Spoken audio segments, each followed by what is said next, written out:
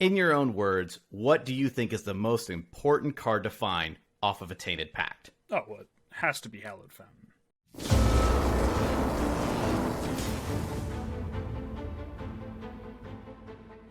Hello, everyone, and welcome to the Playing with Power podcast. The podcast where we talk about all things CEDH, EDH, and Magic the Gathering. I am your host, Ryan, and today we are going to be talking about CEDH tournaments. Entering them, playing them, winning them, and just how are you going to get started? So we have brought on a great guest today to help us with this topic, and his name is Morgan, and he is also known as Spleenface on the internet. Hey Morgan, how you doing? Thanks for joining us. Why don't you tell everyone a little bit about yourself? Hi everyone. As Ryan said, I'm Morgan, also known as Spleenface, and I'm super excited to be here. And I have a few different things that I'm known for in the CEDH community. I'm a member of the Into the North podcast, as well as the Mind Sculptors, both podcast and gameplay series. I stream on Twitch with teamturnthree, and I'm a moderator in a few different places, the CEDH Nexus and the subreddit.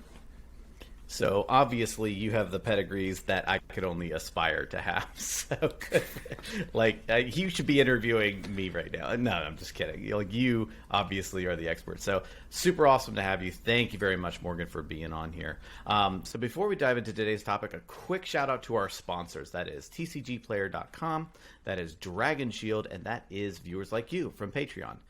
Whenever you're buying product, try to buy it from the TCG Player links in the description below. You get really great prices on all of your cards, your singles, your accessories, etc., and you get them all while still supporting your local game store. Whenever you buy those products and get those products, make sure to put them in Dragon Shield. Playing with Power is a huge supporter of Dragon Shield. They are our number one pick for accessories. They are amazing, and they stand behind their quality. And then finally, really big shout out to all of the viewers like you. So when you support us on platforms like Patreon, you help us bring this content to you. You get all kinds of great perks in return, so access to our Discord, behind-the-scene footage, live stream of whenever we record games, all of those different types of things. You even have some tiers that allow you to be on an episode with Playing with Power. So check out the link for Patreon in the description, and we hope to see you there.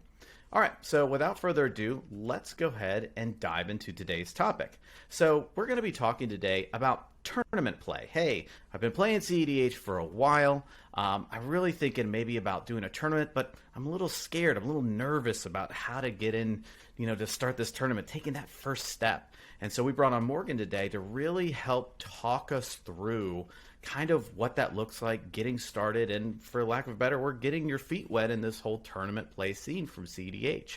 So Morgan, let's just start us off. Tell us about some of your experience in the CEDH tournament scene. Sure. So I've been a bit of a tournament grinder for a while now.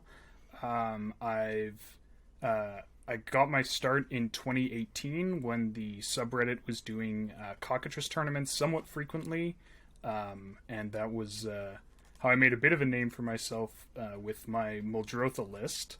And so those I think I top forward one and lost in the semis on another.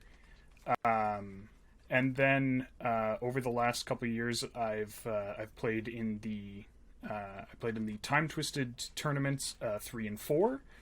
I think I top 16 the Time Twisted 3 and then top 4 the Time Twisted 4. I also, with some of my podcast co-hosts, we played in the Nexus Super League, and we took down the first season of that, and then just missed the cut on top 4 in the second season.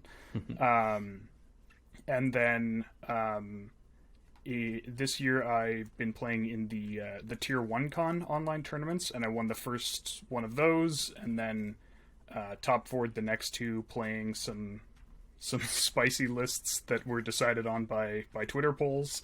And then I played in the Marchesa tournament and was able to take that one down in March, as the name might suggest. So I've played in my fair share of tournaments, I'd say.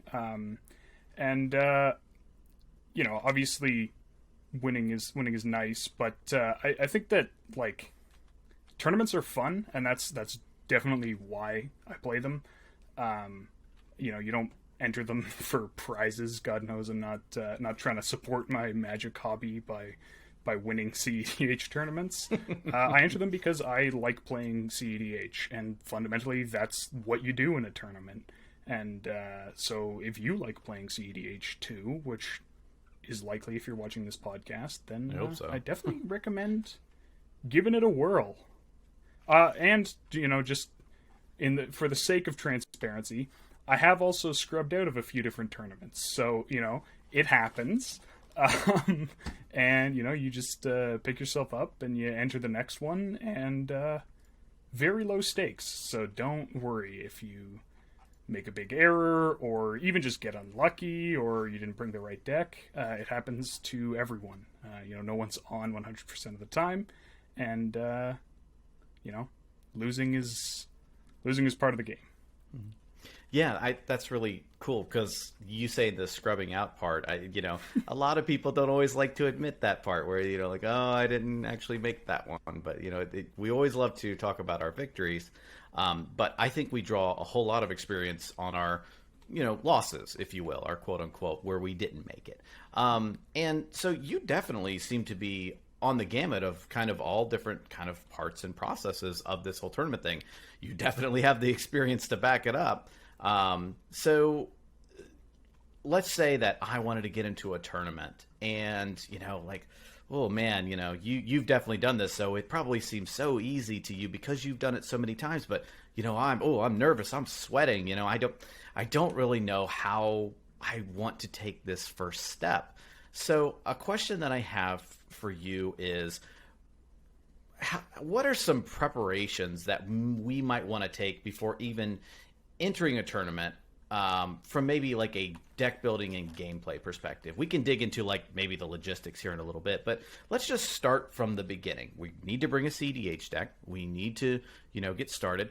What preparations should we make before entering a tournament, before we even click that register button? So I think the biggest thing is being comfortable with your deck. And I use the word, you don't have to be like a whiz, all the lines off by heart. You can, execute your 70-part combo in 5 seconds, or like all of that is nice. And you can pick up little percentages on the margin here and there by being, having your 10,000 hours with your deck or whatever it is. But I mean, if you think about like that last 5%, if in a tournament you play 6 games of CEDH, maybe, the odds that like last little bit of expertise is what makes the difference between winning and losing in one of them is actually pretty low. So as long as you know the general idea of the lines, sort of what sort of things are threatening, and basically how to play the deck so you can avoid making like in chess what they call a blunder, as opposed to an inaccuracy or an error. Don't abrupt decay your own permanent for no reason. As we've all done at exactly. one point, maybe. No, I mean, obviously, like, so yeah, you should know what you're doing, at least to the extent that you can avoid making, I guess, like catastrophic errors. People often go back and forth on, should I pick the deck that I think is best into the meta, or should I pick the deck that I'm most comfortable with? I would probably err on the side of you can do well with a deck that's off meta that you're very comfortable with. It's hard to do well with a deck that you just don't know what you're doing with. Now, maybe you can also, you can pick a middle ground. If you have some experience with like your off meta stacks deck, for example, maybe this isn't the greatest example, but you have some experience with an off meta deck. Maybe if you're a little bit more comfortable with the play patterns of an on meta deck that is more similar to that, right? Like, I play stacks all the time, let me pick up Turbo Nas and just go for it. Like, obviously you're gonna struggle, everything's totally different. But if you play like some very control-y deck, maybe like you play like Rashmi Control, well, like, okay, you're used to the play patterns of like, I need to stop everyone else from winning, I need to accrue resources, I'm trying to take the game long, I understand what I'm doing with this. Like, maybe pick something like a 4-color Rashmi, right? Like the Thrasios Vial control deck. It's the same general idea. You're accruing the value. You're trying to stop people from winning. But, you know, you have access to, like, Consult and Breach and just sort of more, you know, you have more concise wins and more powerful tools because you're in 4 colors. You know, that might make more sense than switching to, like, a Tymna Kraum, even if you think Tymna Kraum is the best deck into the metagame you're going to face. Yeah, so I think, like, knowing what you're doing is more important than doing sort of the strictly best meta stuff. But if you can find a middle ground, that often makes sense too. You know, you don't want to just pick one extreme over the other. That's interesting, because I would say that there's a lot of people that probably think to do that. I'm not going to say do that, but maybe think to say, well, you know, Tevish Krom's hot right now. Let's do some Tevish Krom and go in and just win this prize right now. And they scrub out of the tournament, and they're like, I don't know what happened. So from what I'm kind of gathering here, it's kind of, you're saying know your deck, but also a little bit of know yourself too. Yeah, I think that, like, obviously knowing your specific deck is helpful, but knowing what your capabilities and strengths are is also, like, a very important facet of that. You know, I've played with some people who have, like, just laser tuned like threat assessment. Like, they know, you know, they catch what their opponents have done. Oh, that person's cast a bunch of tutors and cantrips and card selection. I bet they're, you know, they probably have a win, maybe even a couple pieces of protection in hand. Like, oh, that person, oh, they missed a land drop a couple turns ago, and then I saw their hand, and then they've made land drops ever since. So, like, I know that their hand hasn't really changed much, like things like that. But then, you know, they cast an Ad Nauseam, and they're trying to do some, like, storm line with Yawgmoth's Will, and they're just like, you know, they don't see the line. Or people who are the opposite, you know, they know, like, every little storm line and doomsday pile and whatever the heck. But, like, they misevaluate board states. So, yeah, knowing, like, what your strengths and weaknesses as a player are is also a very important thing. When you're trying to enter a tournament, you can pick a deck that complements those strengths and weaknesses, and you can you can try and leverage your opponents maybe to compensate for the weaknesses in gameplay. Interesting. So would you say that there's a cutoff to that? Like, to give some hypotheticals here, you know, like, hey, I have this, you know, I just love playing janky stuff, and, you know, and I hate playing what could be considered on meta, so I'm absolutely going to bring this polar opposite to everything else. And I'm expecting to do just as well based upon this advice. Would you say that there's actually like a cutoff here where it's like, know yourself, know your deck, but play to your zones only up to maybe a point where you might have to start considering other things? Or is that really not true? Well, so I think that, you know, for example, I don't like playing meta stuff is not really, like, that's not so much a strength or a weakness. That's more of a preference. And if you're willing to, you know, if you're willing to accept that, you know, maybe you actually won't be, you know, playing the best deck you could be playing, but it's going to be your deck, and, you know, that, like, you're willing to pay that cost, that's fine. I mean, I've entered tournaments playing Muldrotha, Vannifar, Tazri with Zerda as a companion. That's awesome. That's like, really cool. that one was one of the aforementioned Twitter polls. I had to make a deck with a companion that wasn't Gigantha. You know, like, and I've seen people win with their, like, super pet lists. I don't know if you've heard of Michael Levine, like the Heliod Ballista guy. Yeah. He played Lyn Civi before Heliod was printed. And he actually had some, I don't think he like won any of the big tournaments, but he had some decent results playing Lyn Civi. So you absolutely can win if you have a deck that, you know, you know what it's trying to do, and you put it together well, and you know how to play it. But I think a lot of it is just about being honest, right? And I think most people, if they're if they're honest, would admit that, like maybe Rashmi. I'll stick on this example because the naming convention is nice. Maybe the tools Rashmi offers aren't quite as powerful as the tools 4-color Rashmi offers, or Curious Control, or whatever you call it. And so to the extent that you think that's true, just factor that into like, okay, well, I have a lot of experience playing Rashmi. Maybe it is actually better for me because I don't really know when to go for wins. I'm putting Consult in my deck. Like, obviously, Consult's not a difficult combo to execute, but if you're playing like a dedicated control deck, it can be a little tricky. In 4-color Rashmi, for example, like, do I tutor for win cons? Do I tutor for value engines? Do I tutor for, some other form of disruption? What am I doing here?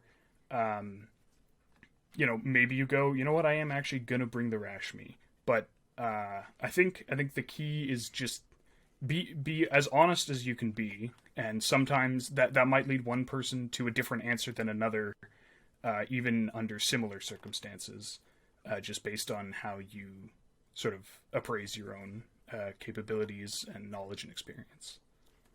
That's actually really encouraging, because I think there are some people that will look at a tournament from the outside looking in and just saying, well, everyone's playing Turbo Nos right now, and I hate Turbo Nos, and so the only way that I'm going to win is playing Turbo Nos, so I'm just not even going to bother. I'm sure there are more than their share of people out there who say stuff like that.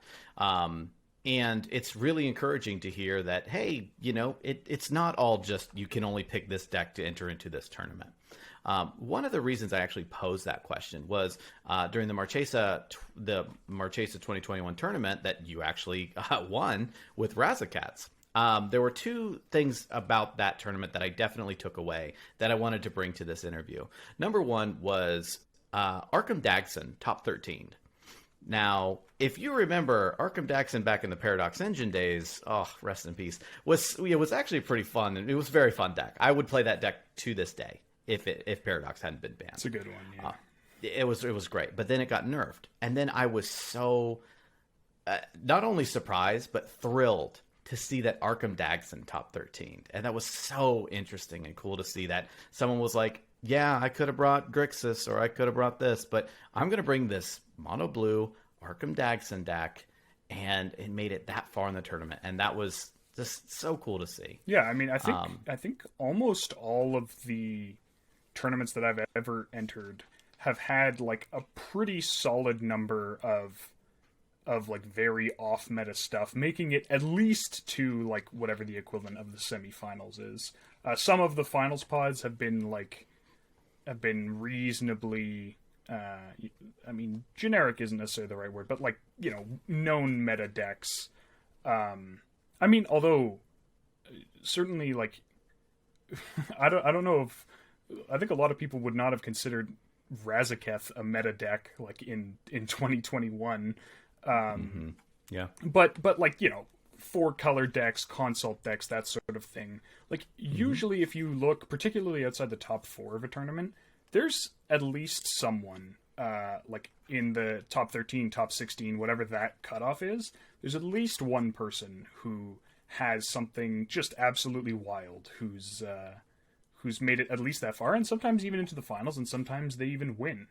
The first tier 1 con, Ian, Comedian, made it to the finals with his Winota deck, right? Like, I mean, Winota is like kind of meta as a stacks deck, but it's certainly not Turbo Nas, it's certainly not Consult, which I think, no Consult, it might play Breach, but I don't think it would be considered a Breach deck by most people.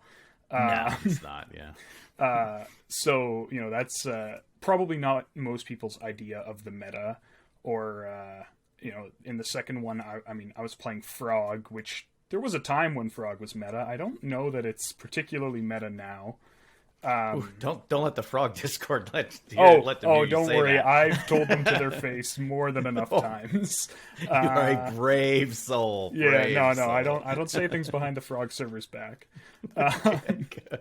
But yeah, I think that Marchesa, there was Hisp with his Sakashima Kodama deck, and he actually won the Crack Open a Kaldheim tournament, which was the Commander Legends and Kaldheim commander, like you had to use a commander from one of those sets, tournament on that same list. And then, yeah, there was Arkham in the finals.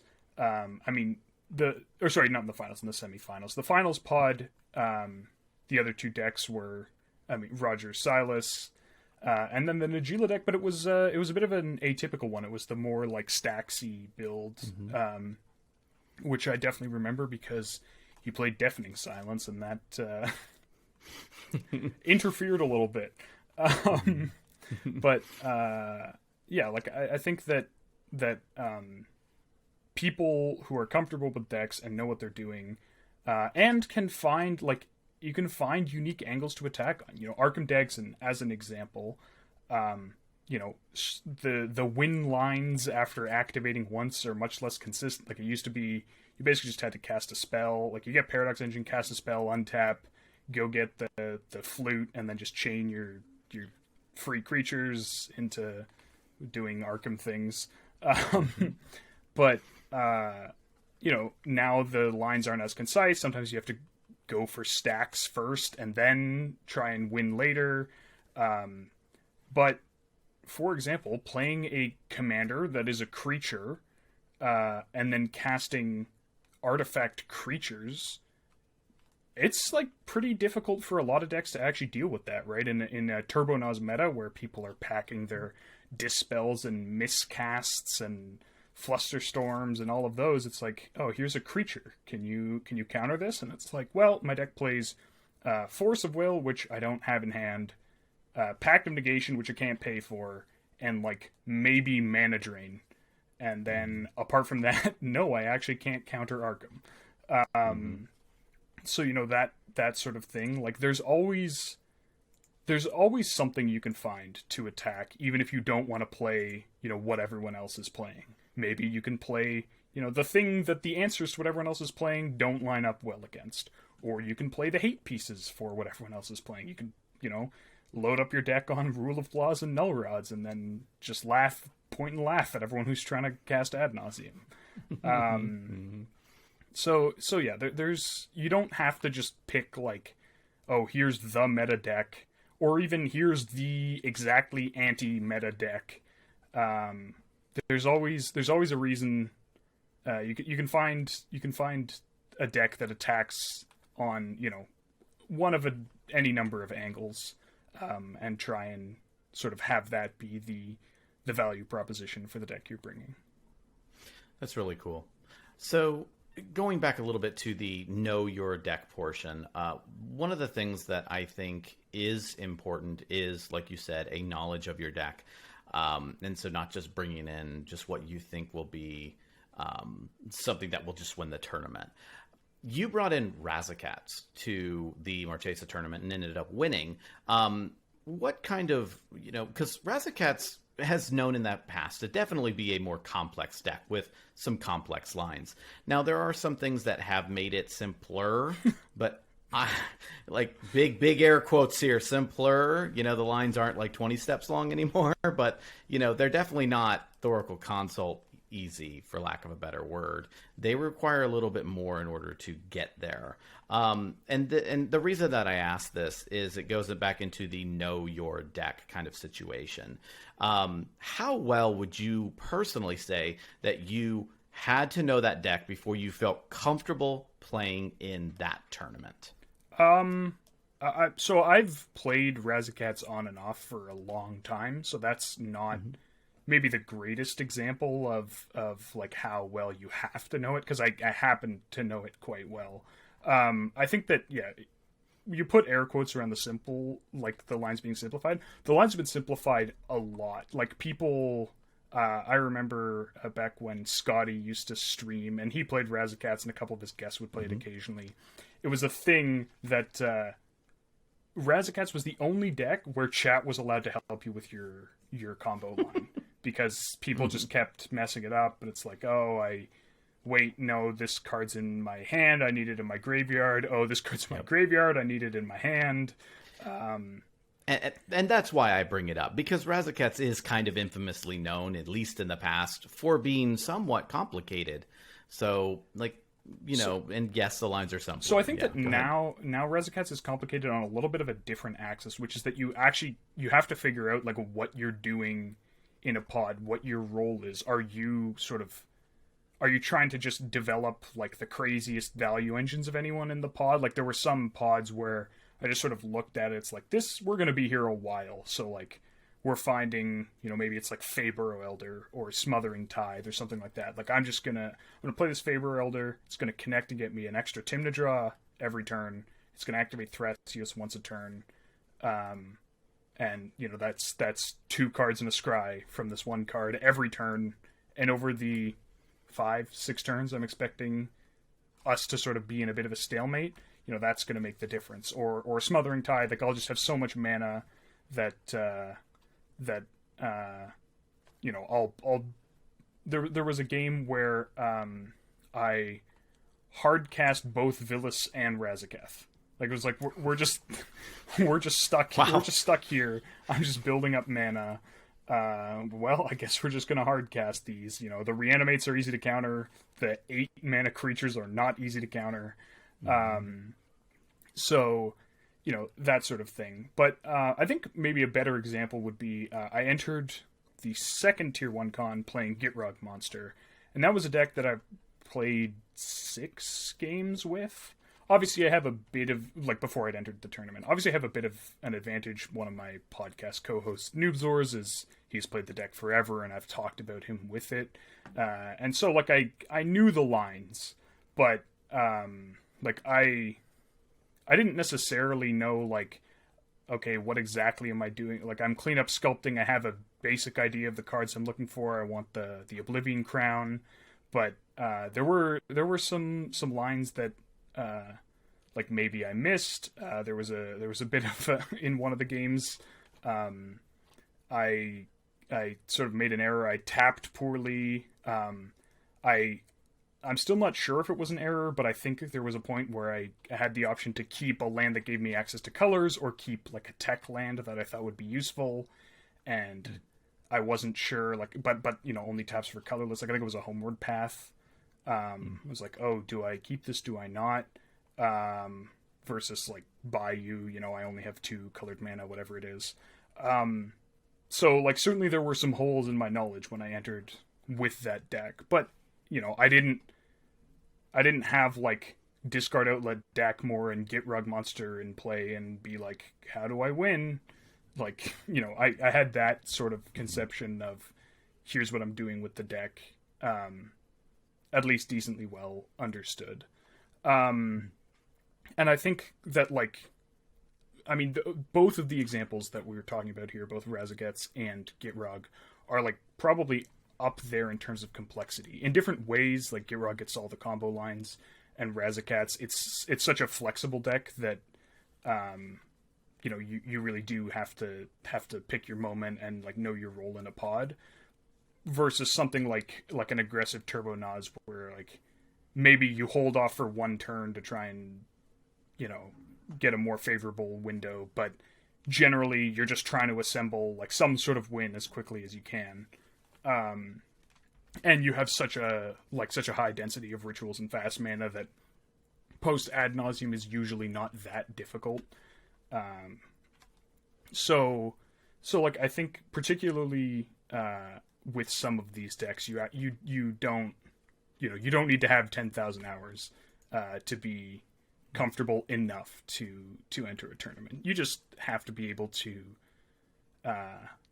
Like I think the start would be being able to goldfish more or less properly. Like if you can execute your lines, that's a first step. And that's also an important step because it means you don't have to spend as much time thinking about your lines when you're playing.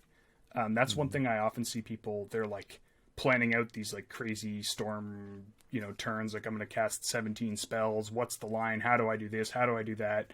And if you're like, do I have the mana? If you're mathing all of that out rather than paying attention to what your opponents are playing, then that can definitely come back to bite you. Like the number of games I've seen people just forget about like some hate piece in play. And And that's the sort of thing that you can avoid if you're comfortable enough with your deck that you don't have to spend a huge amount of the time you should be focusing on the game, like running through lines in your head.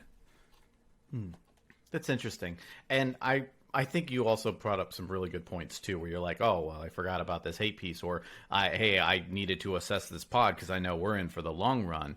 So you said, be able to efficiently goldfish the deck. But you also brought in some things about, for lack of a better word, knowing your pod composition. So what would you say to people so they know their deck? What about other decks?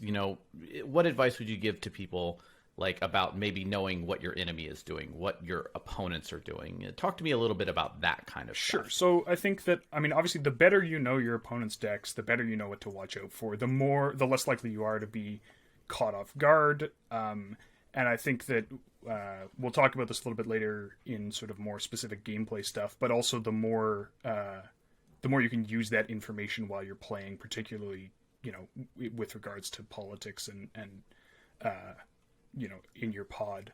But I think if for example, if you went to the database and for every deck you're playing against, if you read that little two sentence description, and then you knew sort of the 3 key combo pieces or cards, that's the kind of understanding that you generally want to have with a deck, right? So you sit down, you see a commander you haven't seen before, and it includes one of green or white, and you're like, all right, do I need to be expecting stacks? Is there going to be are they going to be playing Rule of Laws? Are they going to be playing Collector Roof?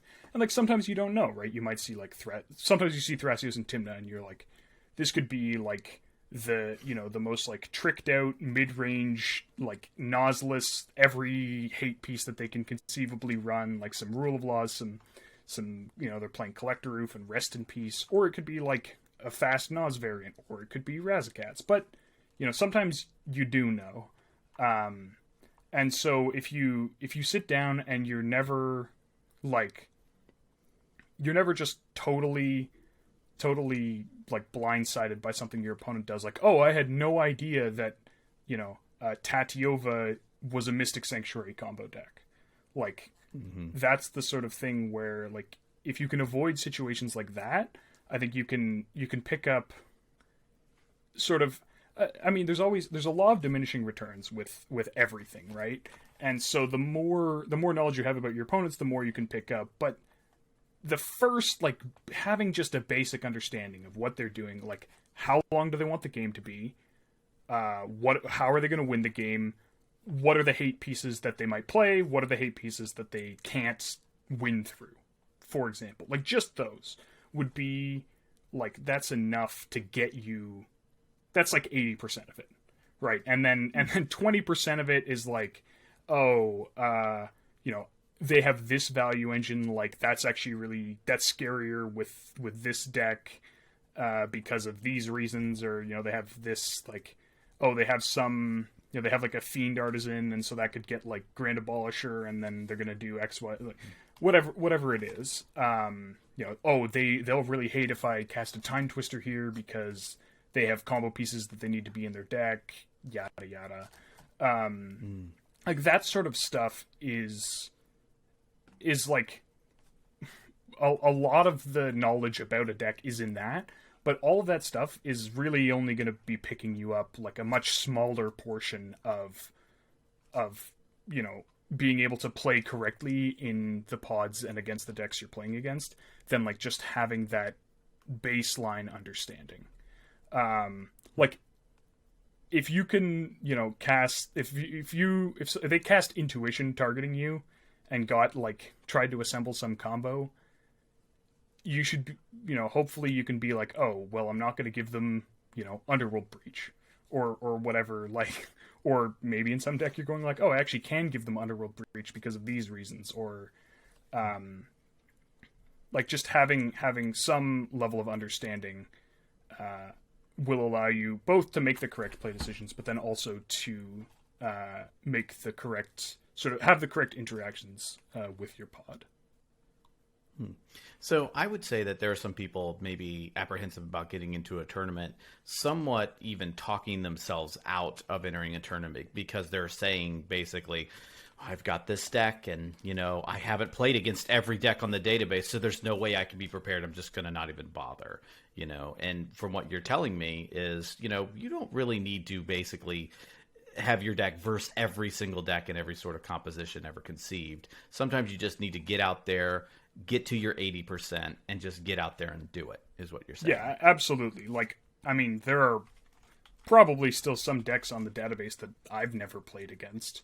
But, if you understand, for example, like a bunch of the decks are just super commander centric.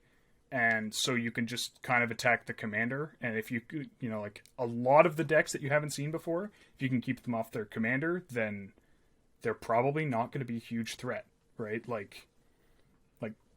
I don't know. You're I don't exactly understand how tie game turns works.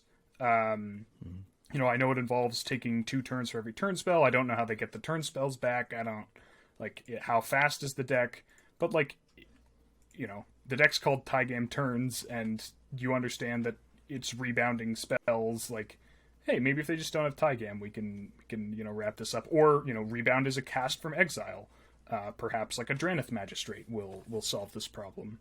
And so a lot of these decks, you can kind of have a general idea, even again just by if you go to the database and read the 2 or 3 sentence description of oh, this is a fast ad nauseum deck. Okay, I'm gonna make sure that I'm holding up interaction, especially, it's a fast ad nauseum deck and they opened with a soul ring into a mana rock. Okay, maybe we need to be holding up interaction a little sooner than maybe tapping out on turn 2 is not something I can really afford to do here. Or this is a stacks deck and they opened with a whole bunch of mana. Okay, well, I'm just going to develop my mana as fast as possible because I don't want them to play a Rule of Law and then I can't play my acceleration. And they're probably not going to win on their turn because, they're a stacks deck. They're not set up for fast wins. So yeah, you can have never played against a deck, but just having just that most basic understanding of what are the kinds of cards that this deck is trying to play, and then you can make, I'm not even necessarily going to say the right decision, but you can make better decisions. And nothing is perfect. I think people have a tendency to something goes poorly, so they assume they made a bad decision, or maybe they even did make a bad decision in a specific case, and they tend to just extrapolate that out all the time. Let's say you're playing against Marath stacks, and they play they just have a bunch of mana dorks. Maybe they went turn 1 land dork, turn 2 land Priest of Titania something, and you're wow, they're gonna have 6 or 7 mana next turn. And you're well, it's a stacks deck. They're probably gonna play maybe a Null Rod or a Noof, or maybe a Blood Moon, Rule of Law, that sort of thing, and probably Marath as well. Maybe they'll kill my Tymna. And then it becomes their turn, and they just play Dockside Emil, make infinite mana, kill you. Sometimes that happens. That doesn't mean that you not expecting them to win there was incorrect, or that you made a bad decision because you didn't hold up a way to stop that combo. Sometimes people do just have it, and you can't always know. Someone gets wheeled, and then you play an opposition agent, and then they untap and cast Oracle and Consult, and you're well, they got wheeled into it. That again happens. So yeah, definitely don't expect to know perfectly what your opponents are going to have or going to do. And just because you were surprised once doesn't actually mean you were wrong about what they were likely to have. And definitely don't sort of over-evaluate what is ultimate. There's a difference between having a lot of data and having high-stakes data, right? Oh, this card was terrible in this one game in this one tournament is a lot less useful than I've played 20 games with this card and it's underperformed a little bit every time, right? Like this is a format of incredibly high variance, and so you know, the more variance there is, to an extent, the less you can expect that sort of having quote unquote perfect knowledge is actually going to translate to success. And so the more you can get away with just having general knowledge. Yeah. So you can only take so many swimming lessons before you have to get into the pool. Yeah, exactly. Basically, you can only pretend to do it so many times before you actually just have to get out there and do it. And that's I think that's very, very true.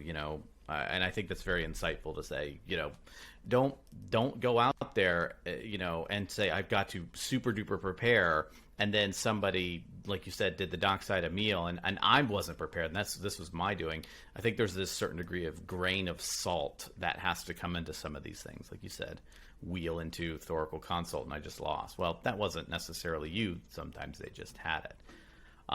And so I think that leads to a really good next point. So, all right, you've convinced the audience, you've convinced me. I'm enough of this waiting around. It's time to go, and it's time to sit down. Sign up, sit down at our first pod at an actual tournament. So here we are. We're sweating bullets. We're sitting down at our first table. We're in the tournament. We're in the first pod. Give us some tips or advice, or at least thoughts about how to get through this tournament. We're sitting down. It's turn 0.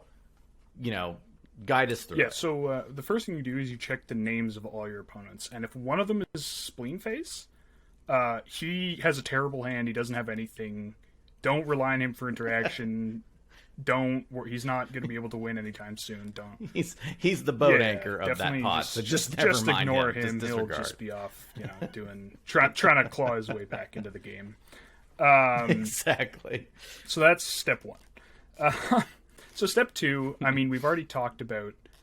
This is going to be assuming you have a general basic understanding of what it is that your opponents are trying to do. That means you have some information. You also have information, like you have some hidden information. You know what's in your hand and your opponents don't. But essentially, a huge amount of people have said there's no politics in CEDH, and I think that there's kind of, to the extent that that's true, it's just an equivocation on the definition of politics. I think that politics, what people mean when they say there's no politics in CEDH, is they mean that there's not, people don't make deals that are bad for them for influence reasons outside the game. They don't go, oh, I'm gonna do this for you, either because something happened last game or because I want to see your deck do its thing, or I don't want this person to win because they destroyed my, they cast Armageddon. I don't want them to win, so I'm going to help you, or whatever it is. That sort of stuff doesn't happen. But there's sort of a different politics, and it has to do with threat assessment. And I think that this is sort of an area that in CEDH is discussed a lot, but is kind of under-discussed in Magic as a whole, because there's no such thing as threat assessment in 1v1 Magic, right?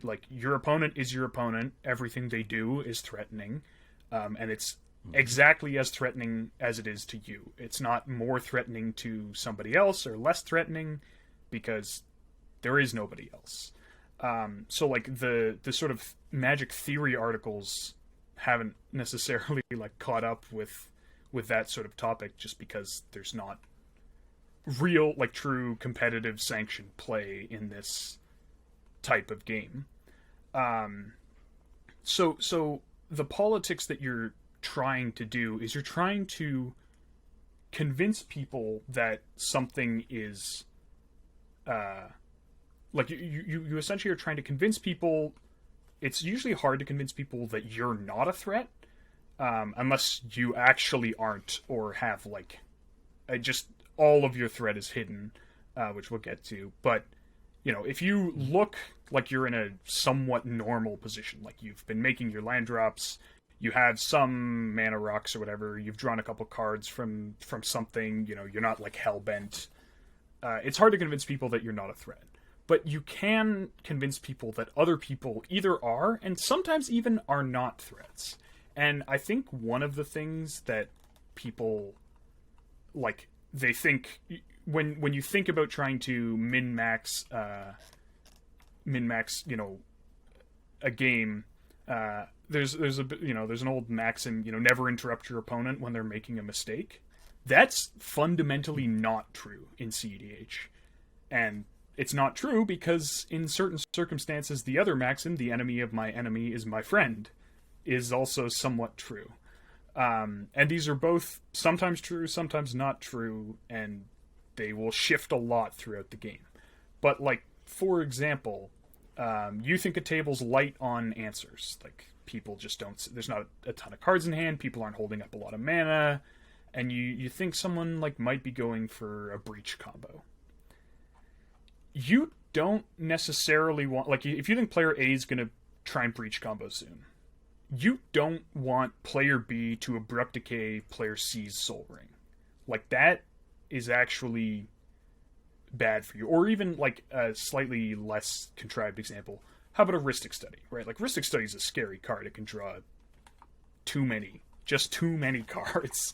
But if you think that there's not a good answer to the breach, and first of all, Rhystic Study makes it a lot harder to win with breach, right? Because you're probably going to be drawing a whole bunch of cards for the person with the Rhystic Study, and Abrupt Decay also answers Underworld Breach. Like, it might actually be worth it to step in and say, like, hey, maybe don't do that.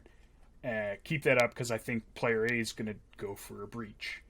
And I think that's, like, one of the most powerful things you can do is, like, defend one of your opponents. Right? Like, obviously saying, like, hey, don't destroy my stuff because he's scary. You have kind of an ulterior motive, right? Like it's very easy for your opponent to go, well, obviously you don't want me to destroy your stuff. It's your stuff. But when you say, I don't want you to destroy his stuff or her stuff, I think people sort of sit up and take notice, because then it's like, oh, okay, well now there's like a little bit more of an... It's much less direct self-interest. And so you can try and... I mean, I use the word manipulate. I think that word has negative connotations, and I don't mean it in that sense. But I just mean, like, if you can bring things to your opponent's attention that you think will help them make decisions that are better for you and often for them as well, that is sort of how you can pull out wins, right? Every single thing that you don't have to answer, not only, like, if one of your opponents answers something else one of your opponents is doing, not only is that threat now gone, but also one of the pieces of interaction that your opponents have is gone. So that's like, that is two things that are somewhat threatening to you winning the game, being, interacting with each other and canceling both each other out. And so every time that happens, your odds of winning go up. And so that's where you want to try and think about the things that you can win through, the things that you can't win through. Going back to the Rhystic Study example, not only are you worried about another opponent winning with breach and you think this Abrupt Decay will stop it, but, like, whether or not you want that Rhystic Study gone, even though it's obviously a very powerful card for one of your opponents, might depend on, like, if two people are playing Turbo Naz and you're playing something that, like, doesn't cast that many spells, then, like, maybe you're actually more okay with this Rhystic Study because it's interfering with your other opponents more than it's interfering with you, even though it's not good for you to have, for your opponent to have a Rhystic Study in play. On the balance of things, it's much worse for your mutual opponents than it is for you, and it might actually hold people back, and, so that sort of thing. If you can use the information that you have to make your opponents make decisions that are, better for you and also sometimes better for them, you can get advantage. And that's where also knowing what your opponent's decks are doing can come in, because like a couple of times in games, for example, I've like pointed out lines to people who didn't see them. Right? It's like, oh, this person has Fiend Artisan in play, or they have like a Wishclaw Talisman in play, and then you go like, oh, well, they can just find this and that combos with their commander, and then they win. And people have been like, oh, okay, well then let's not, do that. Like there was I'm trying to remember where it was, but there was a game where they were trying to reanimate a Sire of Insanity that like ostensibly would have left them in a good position, until someone pointed out that one of their opponents both was playing Ad Nauseam and had a Wishclaw Talisman in play. It's like, so we're all going to discard our hands, they're going to untap, tutor Ad Nauseam, cast it, win. All right, that's being able to point that out is something where like, okay, let's not put the Sire of Insanity into play, let's reevaluate, let's do something different. And just being able to like, that's a combo piece, like saying that's a combo piece, those exact words can sometimes be incredibly powerful. And it just puts your opponents on alert, like, oh, okay, maybe they ask you, oh, what is it combo with? Now you demonstrate some sort of understanding, and that makes people inclined to listen to you. Obviously, it's sort of like how with hypnosis, you can't like hypnotize people into doing things they would just absolutely never do, or like the opposite. Like you can't hypnotize someone into jumping through a window, but like you can hypnotize them to walk and make a silly face or whatever. Similarly, if you try and just like tell people to do things that are obviously counter to their interests and obviously like really bad decisions, then no one's going to listen to you. But if you can, steer people a little bit one way or the other, then that can be huge in winning, or in pulling out wins in games. So we see this kind of thing in casual EDH all the time, and not necessarily in the 1v1 formats. Like you said, you have one enemy in a 1v1 format, whereas you strike up alliances that are forged and broken, maybe even in the matter of a turn. I think there's a common misconception that a CEDH tournament is straight-faced, all business, don't talk to me, just play your cards like you were playing some sort of like some sort of open series or something like that. And you're saying to us that that's not necessarily the case, that you can talk to people and maybe help to do some politics to make this to lend some stuff into your favor at an actual tournament setting. Yeah, absolutely. I mean, when you have 4 people, so there's a couple things that contribute to this. First, the 4-player nature does actually mean that there's, there are people who have an incentive to give you information. Whereas, that's pretty much never true in a 1v1 format, right? Giving your opponent information is, strictly a downside unless you're trying to trick them. So, in that case, why would they listen? Whereas you actually do, you have things that are threats to multiple people in a 4-player environment, so sometimes it can be useful. The other thing is that the format is just, a little bit less explored, and people, the people who, do really well at, a modern Grand Prix, for example, they have a very strong understanding of the format. They've been playing it for years. They know more or less what everyone's doing, what each deck does. And in CEDH, that's not fully true. Sometimes, you get into a pod full of people, they all know exactly what they're doing. They see their opponent's commanders, they know exactly what to expect.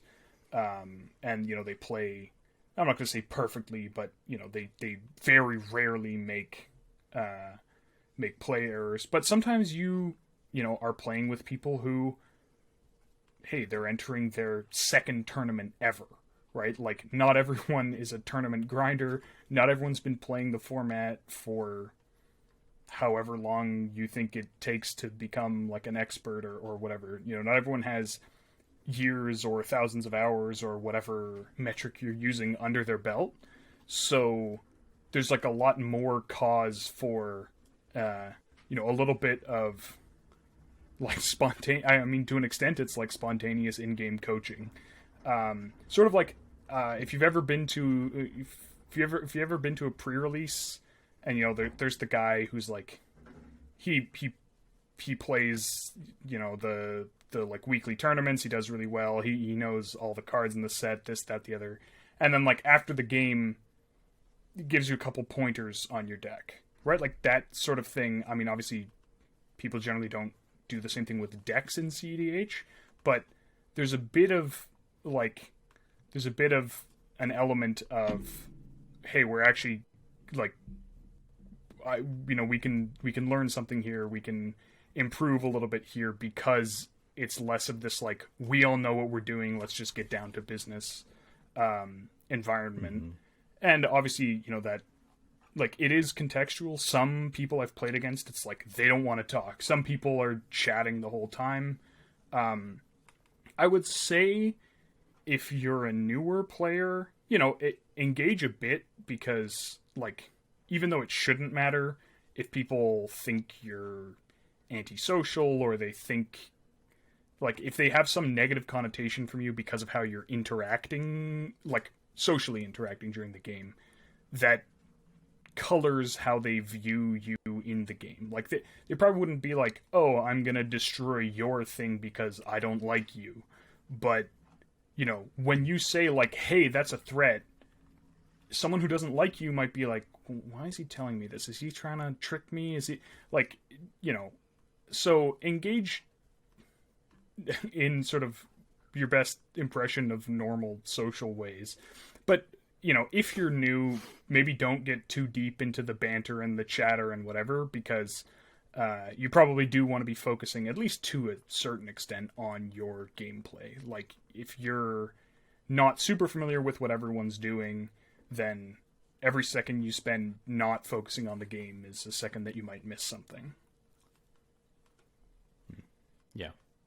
So now let's talk about, maybe in the context of what you had just said about, having that camaraderie or whatever, and having that, that banter back and forth, if you will, and actually talking during a tournament.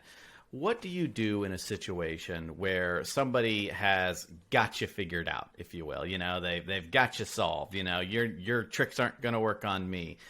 What do you do to, for lack of a better word, play the cards close to your vest, or conceal your power, if you will? What would you recommend to help aid you in a place where that kind of stuff isn't going to get you there? Sure. Normally? So I think that there are cards that are sort of quietly powerful and cards that are loudly powerful, and you can also be you can make it more or less obvious when you're playing. So like, a card that's usually loudly powerful would be something like a Mystic Grimoire, right? Like, you announce every trigger for every card. People have, the mentality of like, don't feed the fish. They tend to like count how many cards a fish has drawn. So like, you're generally not going to be like getting away with a lot. Whereas something like a mana engine coupled with the Thrasios,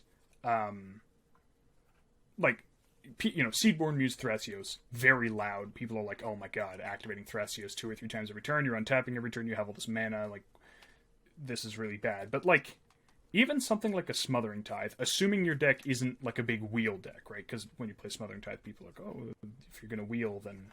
So maybe I'll pick Faber Elder as my big mana engine, or like a Priest of Titania that's tapping for 5 or 6, or a Carpet that makes 3 or 4. Like, these sorts of things,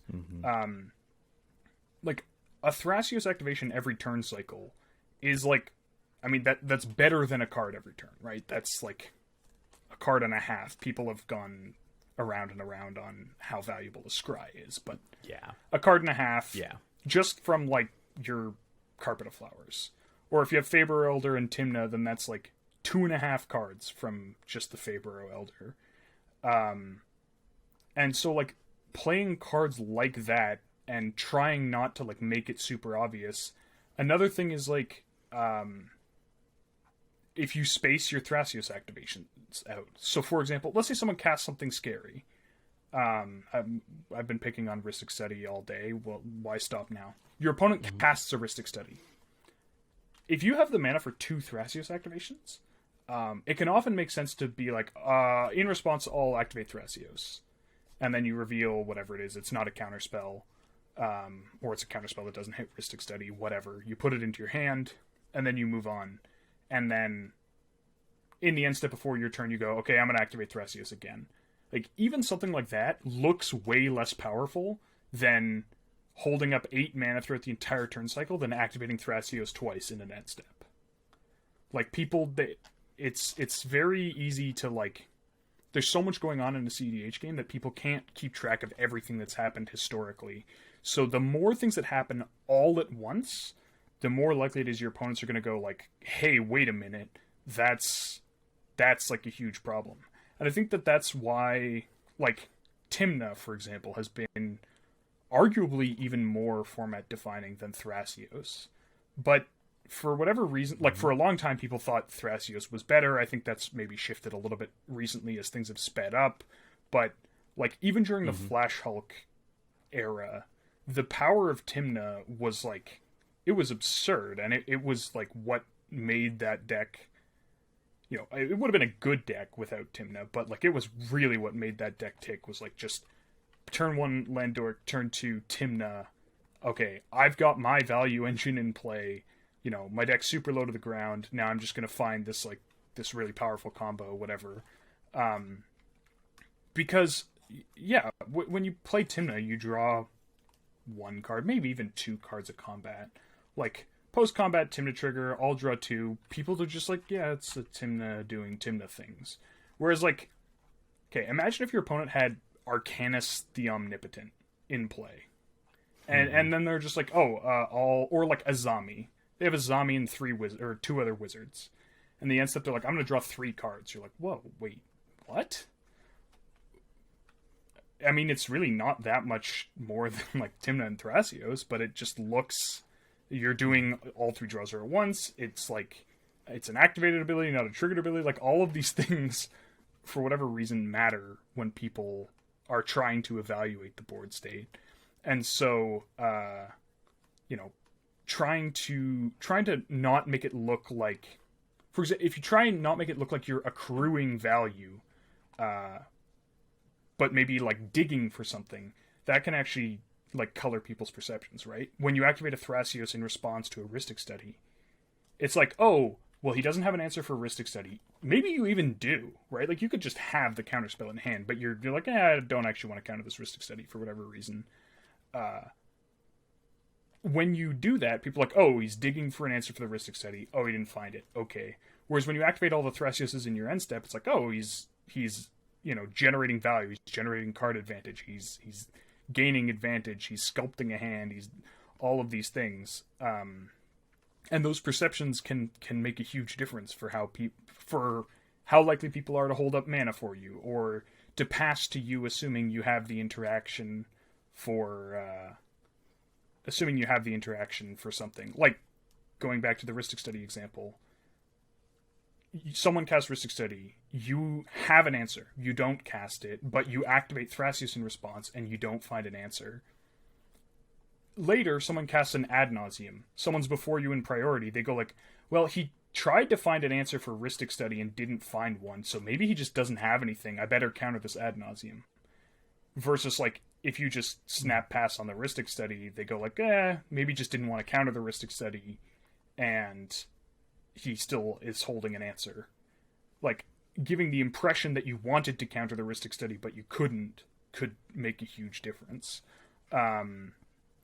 There's, you know, other things like revealed versus hidden tutors. I think a big thing to do is to keep track of people's hidden tutors.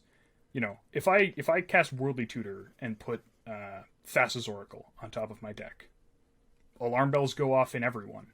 If I cast Vampiric Tutor and then untap and draw for turn and pass, like, I mean, Vampiric Tutor is more or less strictly better than Worldly Tutor, like, assuming the 2 life doesn't matter in this specific instance, right? Like, I could have got Thassa's Oracle, but I could have got something. I could have got a wheel. I could have got anything. Could be Hull Breacher. It could be Force of Will, because I already have my combo.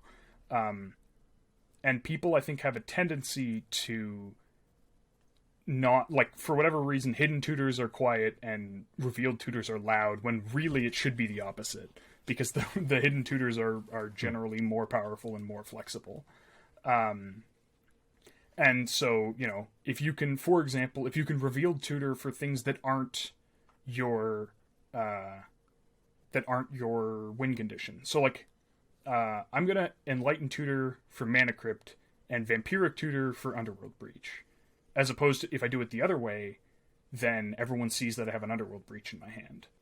So that's actually an interesting point to bring up about. I like your analogy of loud versus maybe subdued or quiet, because that is a really interesting way to approach it.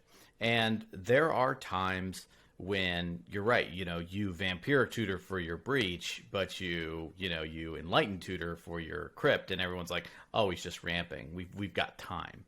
And before long, you're like, oh, okay, now we're in a really bad position.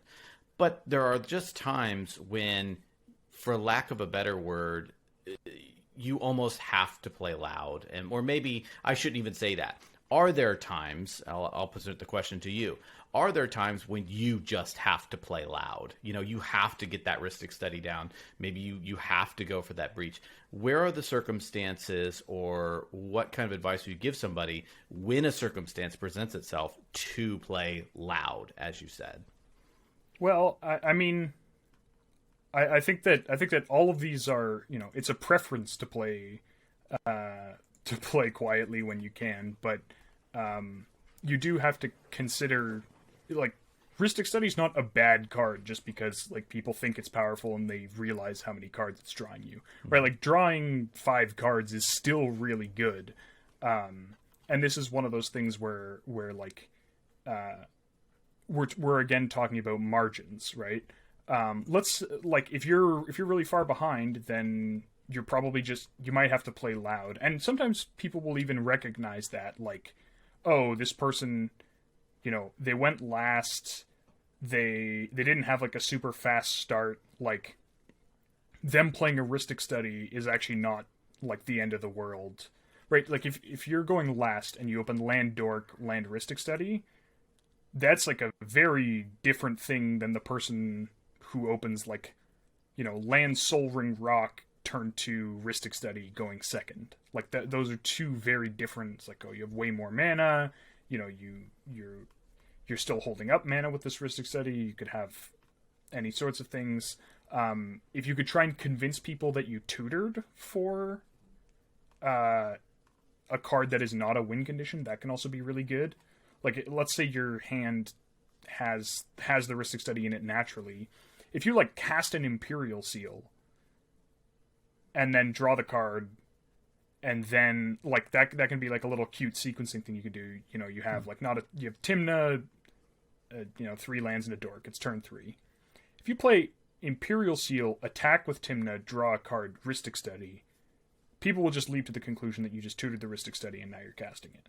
But, like, maybe you didn't, right? Maybe you tutored for the Thassa's Oracle and you're now casting the Rhystic Study that was already in your hand. So, you can look for opportunities to minimize how threatening you appear. But, again, like, I wouldn't say, like, invert your play patterns or, like, make wild decisions. This is, like, if you have the option, try and look for opportunity. I guess I would say look for opportunities to play quietly. But, at a certain point, you're not going to win if you don't play your cards. So give us some examples in your experience of tournament play of some things that you needed to do to get around tough situations. Sometimes people just need to hear a story or two about an actual tournament to help them, take that breath of relief that it's not this abstract monolith and that it's actually just some people sitting around playing. So give us an experience or two that you've had in a tournament of maybe a tough situation and how you got out of it. So in the Marchesa tournament, I was 3-0-2. I had 2 draws because there were some stability issues with the cockatrice server. Yep. And that put me in second. And the way that tournament worked, it was a top 13 cut, which means whoever finishes first in pools goes directly to the finals, and then 2 through 13 split off into 3 pods, and the winners of those also advance. So I'm in second place at 3-0-2, and I was thinking about, do I want to play another game? If I can get to 4-0-2, then I'll be first. I did the math. I was like, even if I lose, I'm still pretty much guaranteed to make top 13. So what the heck? And I got into a game where it was 2 Nagilas, Kinnan, and I was playing Razagats. And I think I was going third. And there was a turn 1 Nagila, a turn 2 Nagila, and then also on turn 2, the Kinnan player copied a Nagila.